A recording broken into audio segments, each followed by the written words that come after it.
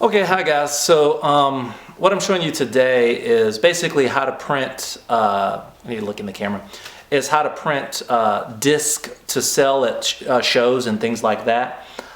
Instead of getting paying like, you know, $1,500 and getting a bunch of these type of things printed from disc makers, we have the inner artwork and all that. That's great, but a lot of times you don't need that for what you're trying to do. So what I've started doing lately is getting these cases made. Not cases, but you know, CD sleeve inserts. I can get these printed from disc makers for a lot cheaper than I can get the other things.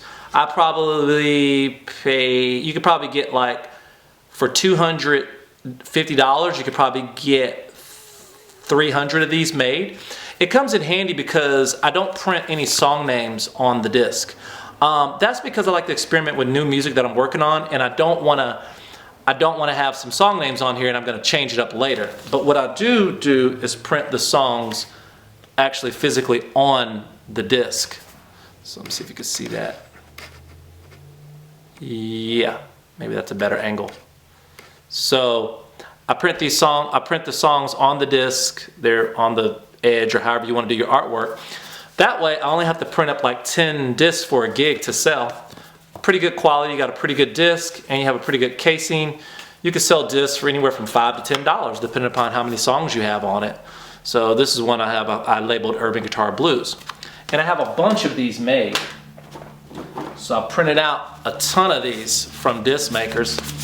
And as my music changes, if I want to do a new Drake song this week or whatever, I can just, you know, record that song, put it on Spotify, and of course, you know, print some out to distribute at shows. Of course, I pay a mechanical license on that. Why? Of course. Seriously.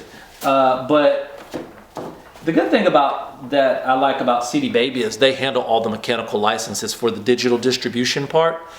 So you don't have to, make sure my face is in focus. You don't have to worry about doing all that paperwork. Once you upload a cover song through CD Baby and it goes to iTunes, Spotify, and all those other things, they take the mechanical license part out and pay it to the writers, and they just send you, you know, the portion that you get to keep. So I don't think CDs are completely useless. I think they're definitely good when you're at a gig and you need to sell some merch. I think that, yeah, they can be good if you have CDs that are not that heavy like this that you can send to radio stations. You can just put one song on it. You don't have to put 10 songs on it. Whereas if you got it pressed up like this way, you know, you're stuck with whatever songs you have on that CD. But if you print your CDs as you go, you can switch it up for the intended audience. So 1 or 2 songs for radio, 5 songs to sell at a gig, and you know, some radio stations do like to have the information on the CD casing, but if you have all the related information on the actual disc, like the song titles and the length of time of the song, that'll be enough information. And make sure you always have your contact information on the disc as well, which I have ElliottHolden.com on this disc. I don't know if you can see that, but it's, there you go. But anyway, so you get my point. Discs are still relevant, but I probably would not pay for packaged discs that people have to unwrap. And also people, I hardly ever sell a disc or give a disc to somebody that's wrapped up like this. I always unwrap it. It's just a greater chance they're going to listen to it if it's unwrapped. That's my take. I know that I listen to discs more when they're just already unwrapped. The last thing is that you can also print out things like this to these little flyers I make.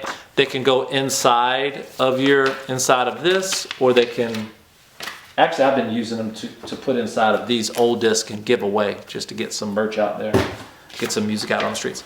Anyway, hope this helps, and peace, see you later.